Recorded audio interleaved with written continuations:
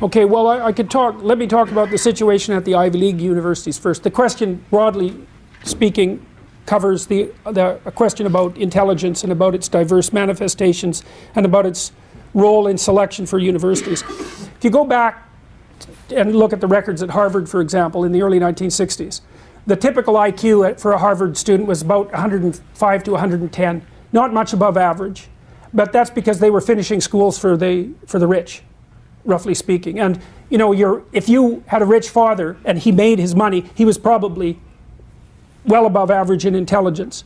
But if you were his offspring, there's regression towards the mean, so there's no reason to assume that by nature of your position you were going to be particularly intelligent.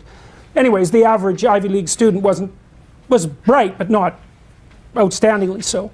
Now it's like IQ 145. It's 3 standard deviations above the mean. Because the reason for that is because they're selected by the SAT, Scholastic Aptitude Test. It's an IQ test. They won't say it's an IQ test, but that doesn't matter. It isn't it's an IQ test. It's as simple as that. Any test that contains a sufficiently diverse range of problem-solving questions that's rank ordered in accuracy among people is an IQ test. The correlation's like 0.85. So, and what has happened, there's 2 things that have happened. I mean, the Ivy Leagues have got more and more selective because they can, and so the average IQ of their students has just continued to move upwards.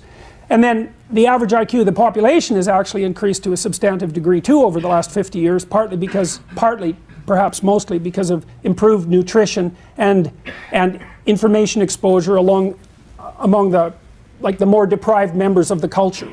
It's better to watch TV than to sit alone in your crib, for example, and isolated. And people have enough food now, so the really low end of the intelligence spectrum has been truncated and the general population IQ has increased.